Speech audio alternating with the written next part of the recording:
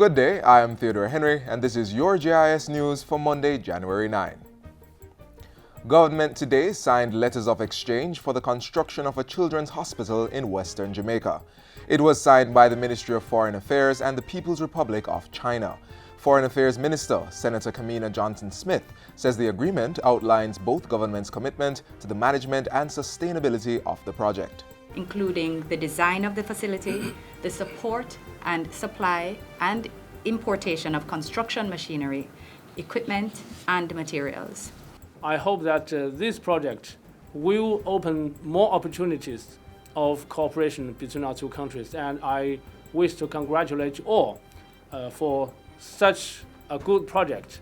Health Minister Dr. Christopher Tufton says the construction of the hospital will strengthen the sector's capacity to provide health care for the more vulnerable. The Children's Hospital in the Western region will provide some 220 new beds, among other critical services.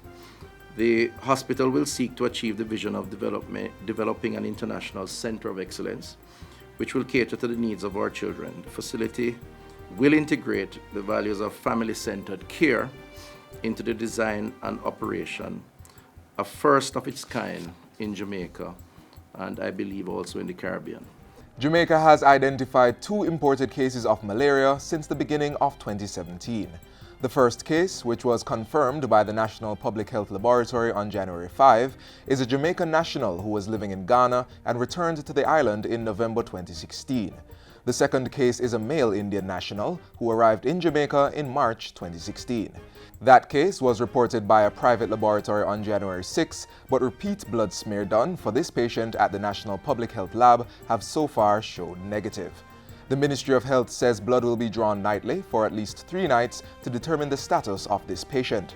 In the meantime, both persons have been admitted to hospital as case investigation continues. The ministry has also commenced vector control activities, including 3 consecutive nights of fogging blitz in close proximity to the patient's homes, which will be repeated weekly for 3 cycles. Community fever surveillance is also underway. Following an outbreak in 2006 and successful re-elimination in 2009, Jamaica was reinstated on the official register of areas where malaria eradication has been achieved in 2012. In 2016, there were 3 cases of confirmed imported malaria in 2 persons. One of the individuals visited Gabon twice and returned to Jamaica with malaria on both occasions. The ministry is urging Jamaicans to be cautious when traveling to areas affected by malaria. The appointment of 6 judges to serve in the Court of Appeal and Supreme Court took effect today. They were sworn in on Friday at King's House. In her address, Chief Justice Zayla McCalla reiterated the call for judges to deliver judgments speedily, embrace new reforms being advanced by the Justice Ministry, and continue to maintain the high standard of professionalism. And I urge judges to continue to exercise restraint as you work assiduously under difficult circumstances to complete your various assignments. Continue to serve with dignity and diligence, remembering always that the timely resolution of their disputes is at the forefront of the minds of those who seek the services of our courts. She congratulated the newest additions to the bench.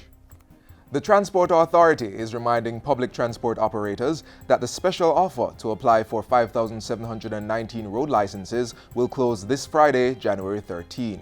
Transport Minister Mike Henry made the offer on November 1 last year to satisfy the increasing demand for public transportation services in the country. It includes 435 hackney carriages, 200 rural stage carriages, 5,034 route taxis, 50 contract carriages, and 20 newly created routes. The Transport Authority says those who have already taken advantage of the special offer and who qualify for the 3-month waiver of road license fees will receive 2 road licenses.